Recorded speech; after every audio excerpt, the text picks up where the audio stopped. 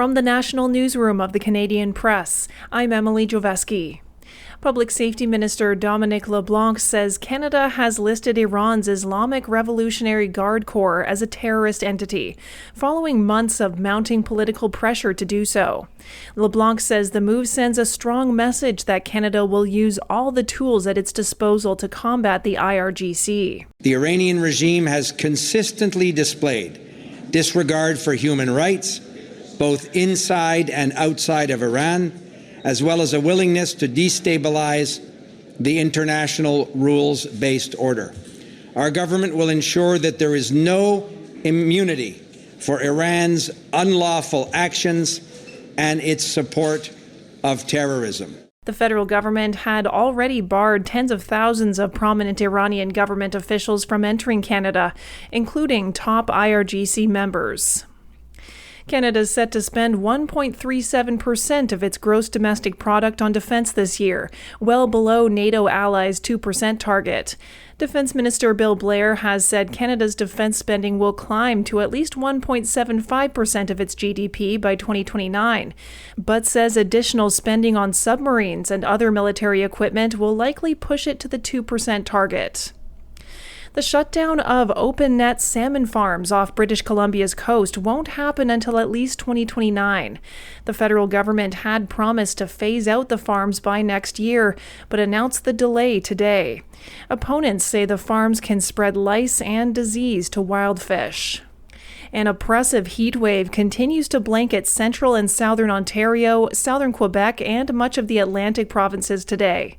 Daytime highs are expected to hit 30 to 35 degrees Celsius, with the humidex making it feel like 40 degrees or higher in some areas.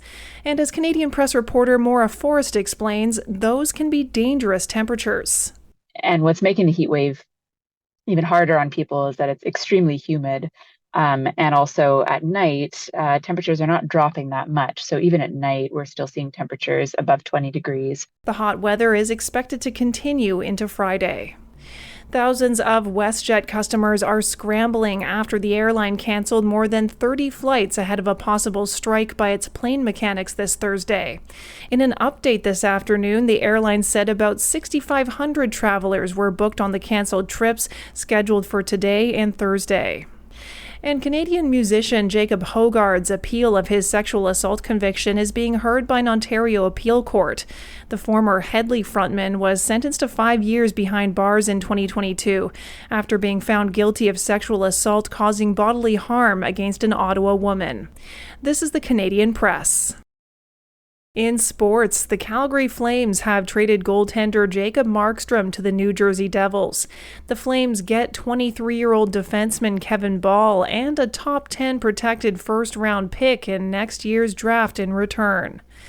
Shea Gilgeous-Alexander, Andrew Wiggins, and Jamal Murray will lead the Canadian men's basketball team at the Paris Olympics in July.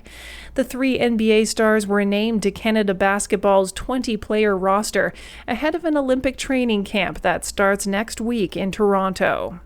The Toronto Blue Jays look to salvage a win as they finish off a 3-game series with the Boston Red Sox tonight at Rogers Centre. The Jays need a win tonight to earn a split of their 6-game homestand. And CF Montreal takes a 4-match unbeaten streak into a meeting with the visiting New York Red Bulls in Major League Soccer action tonight. From the Canadian Press, I'm Emily Joveski. Thanks for listening. Don't forget to follow and subscribe. For more of today's top stories, visit thecanadianpressnews.ca.